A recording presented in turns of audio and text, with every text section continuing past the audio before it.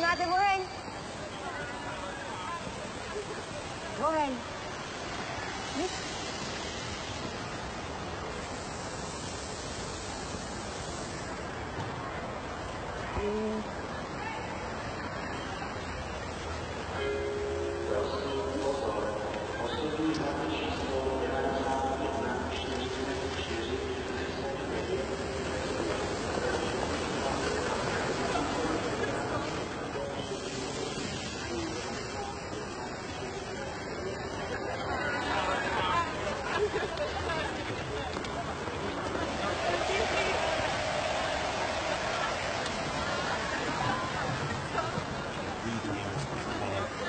I got these college kids in the discotheque. Listen.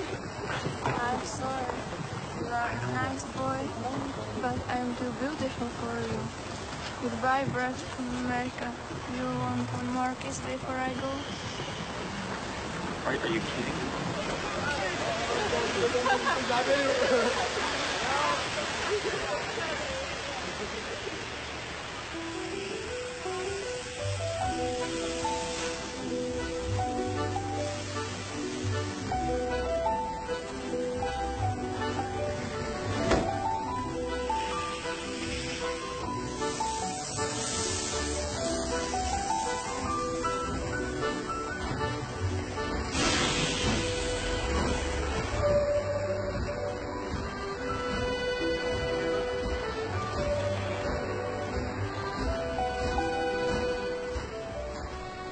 I am here tonight to tell you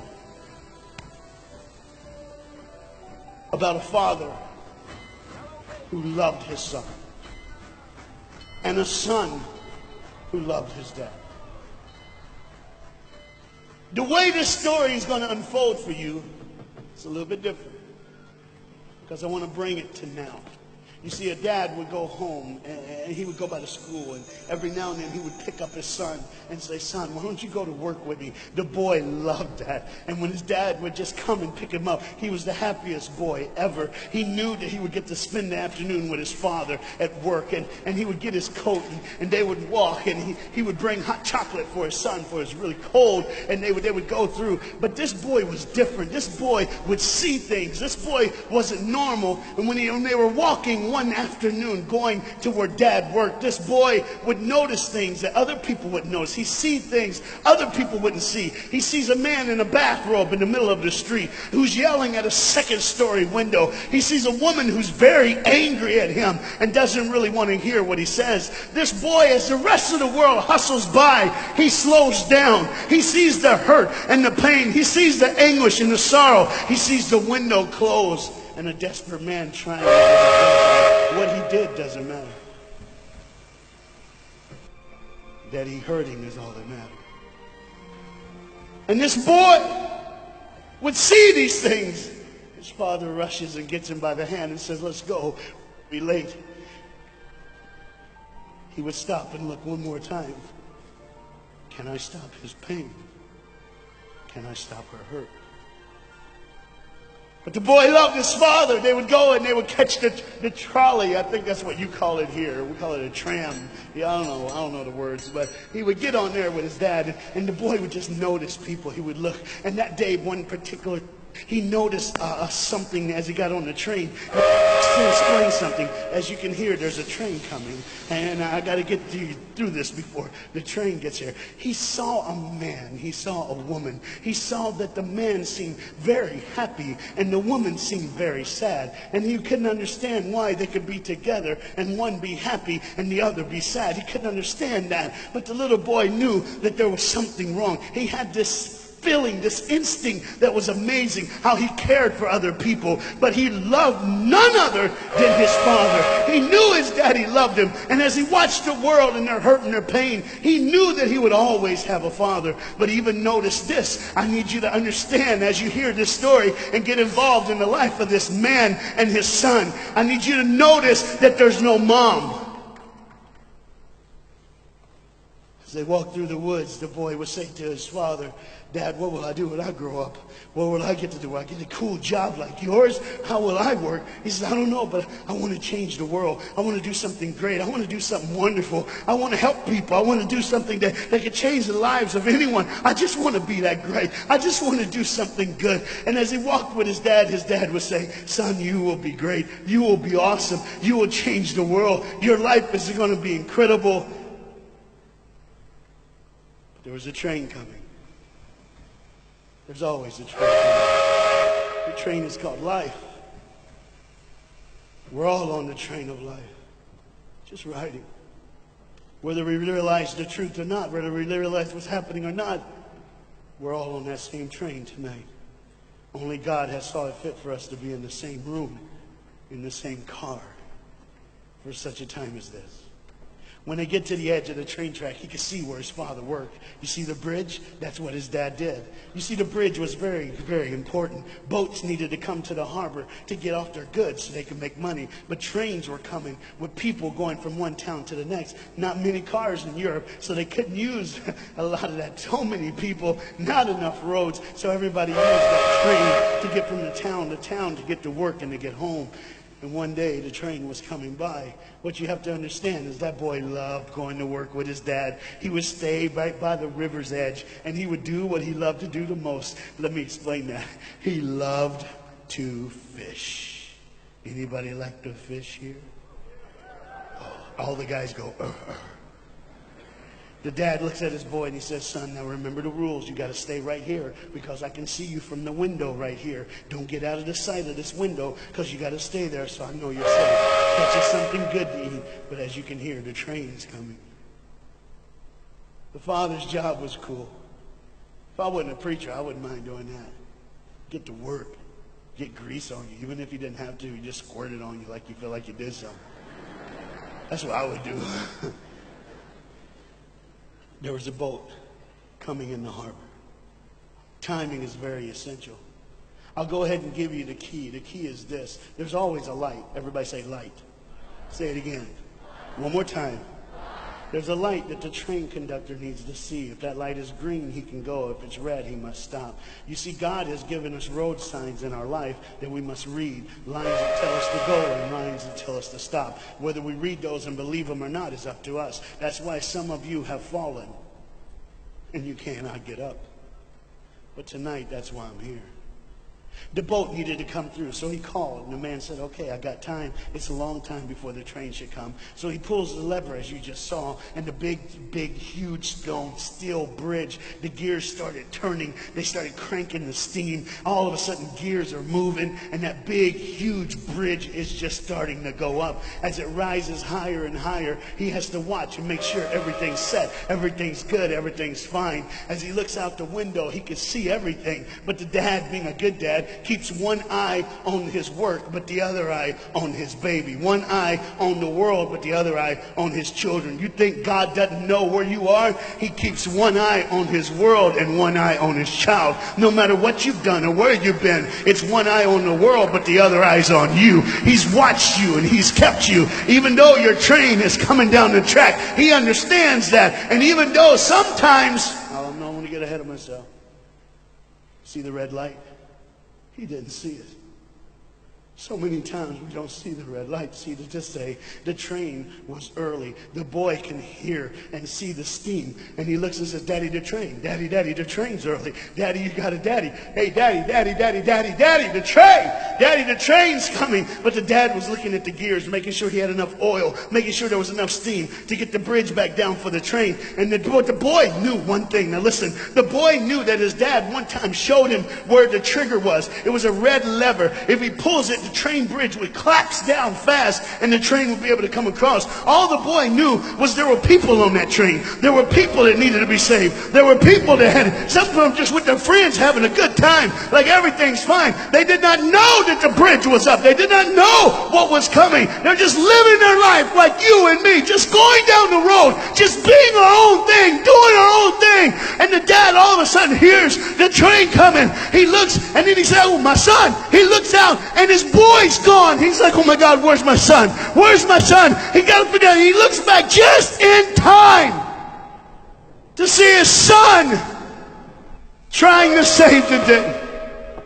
All he had to do was pull that lever. He reaches in to pull it, and the boy pulls too far, and he falls in the hole. Now it's on the Father. And God the Father, did you hear me? God the Father has to make a choice. It's his now. Do I save my son, or do I save the world? But they don't even know. They don't even know. The greatest decision of his life. He can blame it on them not seeing the red light. He can blame it doesn't matter anymore. Pull the lever, save the world. Leave it up, save your son. For God so loved the world that he gave his only son.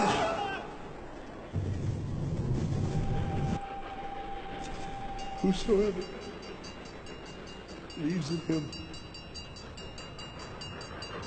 not perish. 3, 2, 1. He said, they didn't even know. They never would know. They didn't even know the train goes by. It's fine. Everything's cool. The bridge is down. Just like always. It's always going to be down. Are you hearing me tonight? He gave his only son. For God so loved the world that he gave. And you know what's amazing? I wonder what God did right when his son died on that cross. When he breathed his last breath. When he took that breath and he breathed and it was over. Here's what the Father would have looked like. They didn't even know. Just trying to think of their life. Just trying to figure out what they're going to do next. Just thinking about the person they're going to see. The people they're going to hang out with. Just trying to be, just loving, caring. Doesn't matter if you're blind. Doesn't matter if you're putting on a little more makeup, trying to look pretty for somebody, or just wearing another mask. It doesn't matter. God gave his son for you.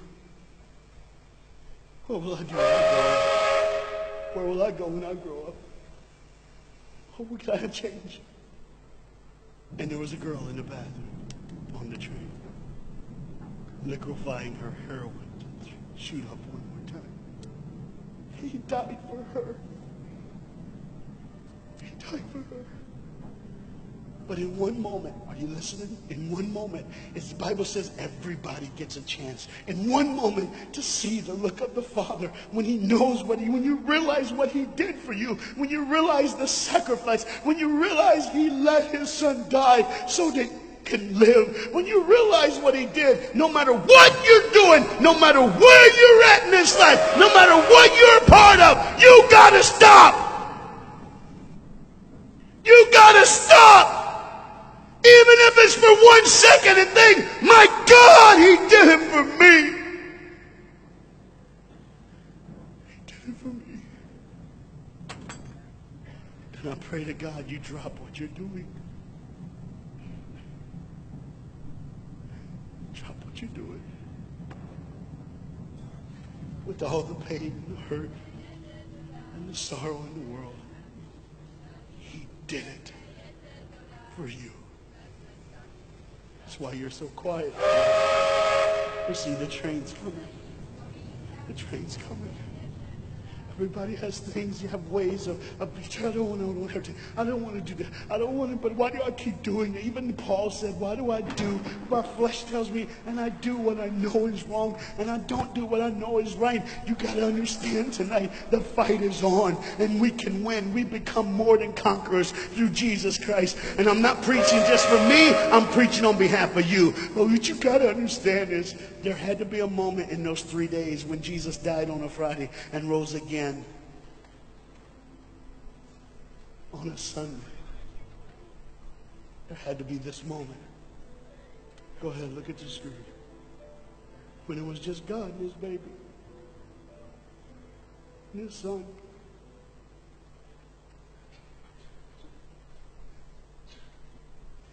Every sin that's ever been committed in this earth is rolling through your mind right now. I'm here to tell you that as the sun sets in the afternoon, the sun will rise again. And when the sun rises again, you cannot change your past, but you can change your future. You see, it's always a different day. One day someone lives, the next day they die, the next day you wake up and you're still living. You're like, why am I going to live? Why does this have to be my turn? Why can't I? You can just preach. I could have stopped, but I need you to see the whole picture here. You see, because when God the Father gave his only Son, when Jesus Christ breathed his last breath and he died, he did it in a way that you can never ever say, you don't know me, you don't understand me, God don't understand my pain, God don't understand my sorrow. You see, that's the very train that boy was on. That's the very train that he was on. And as this dad remembers, look real close. You see the pictures of the people? Bam, there they are. But there's somebody added in the picture, isn't it? Bam, there they are. Do you see who's added in it? In every face of every person, Jesus is in their life. Why? Because when you're the greatest sacrifice, you always end up in everyone's life. No matter where they are, who they are. He did it so that you can say he was there all the time. Waiting patiently in line. Jesus Christ was there all the time. And the train keeps going.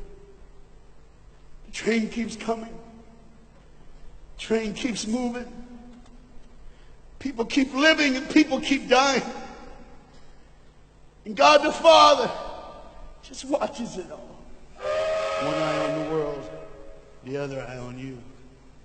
Some of you are starting to figure it out. You're like, what is he looking for? Just one girl.